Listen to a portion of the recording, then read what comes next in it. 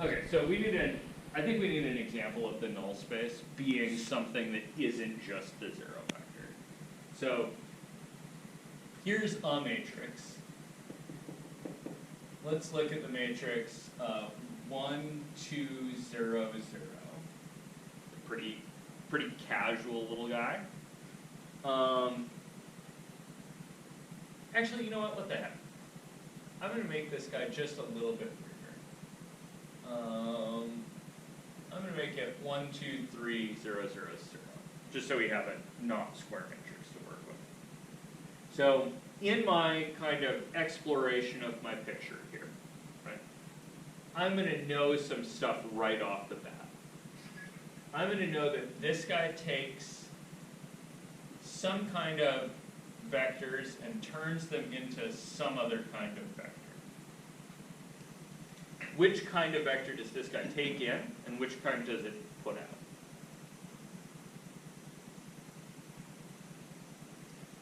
R3 to R1. Yep, this is going to map things in R3 to things in R1. Sure, R1? Yeah, I think maybe R2. Let's check that intuition. How big is this matrix? 3. Or 2 by 3. Yep, it's 2 by 3. And so if I'm going to put a vector next to it, it needs to be 3 by 1. So the 3's match. That's this 3 here is cool. And then it's going to output a 2 by 1. That's going to be over here. We're getting into there. Now, you're not wrong about there kind of being a one-dimensional thing going on here. So let's kind of explore what happens when we multiply this thing by a vector, right? So I'm going to think to myself, okay, I'm going to take my matrix 1, 2, 3 with zeros, and I'm wondering what goes to 0, because your guys' question was really about the null space, right? So in order to figure out what goes to 0, what I'm going to do is I'm going to augment this thing by 0. That. And then I'm going to try to solve this. This is already row reduced, which is a little funky. And I'm noticing that I really only have one equation here. Yeah, what in the hell am I doing, right? Because it seems like everything's already done. So let's look at the two equations. The bottom equation reads 0 equals 0. Fine. Like, whatever. That doesn't contribute to anything. But what does the top equation read? Y plus 3z equals 0. Yeah. Top equation reads x plus 2y plus 3z equals 0. Okay? Well, if x plus 2y plus 3z is 0, I guess that's the same information as x is negative 2y minus 3z, right? What kind of thing is this? Like if I tried to draw this thing or this thing in R3, what kind of a thing would that be? Yeah, categorically this is a plane. And you're not wrong to say that I'm looking at the row picture, because I am looking at the row picture. You guys see that? But the row picture is telling me that the things that go to 0 make a plane. And how can I figure out which plane that is? Like, well, I could read the normal vector off of it here. That would give me an idea.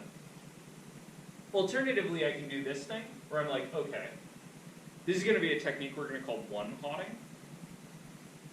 It's from computer science machine learning. So I have here y and z, right? Those are kind of free variables, and on them x depends. A way to figure out that that's what I'm looking at is to look at this matrix and say there's one pivot here and 2 free spaces, right? Yep. No, you're all good. So in my technique, I have my 2 free variables over here and my 1 kind of dependent guy over here. So what I'm going to do is I'm going to say, okay, let's do y is on and z is off. So I'm going to set y to 1 and z to 0. That's going to tell me that x is negative 2. And over here I'm going to do y is off, so y is 0, and z is on, so that z is 1. And that's going to tell me x is -3. And so this guy gives me a vector. This vector is -2, 1, 0. And this guy gives me a vector.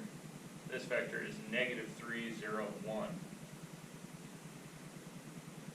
And these two vectors together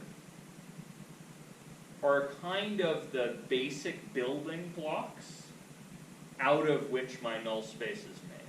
Is it possible to get to there from putting one of your free spaces to 0? Or is that only like taking into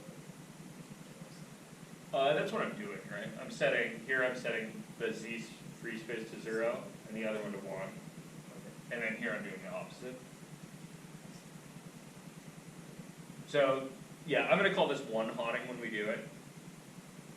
Because, like, that's a word you'll run across if we go into ML or something.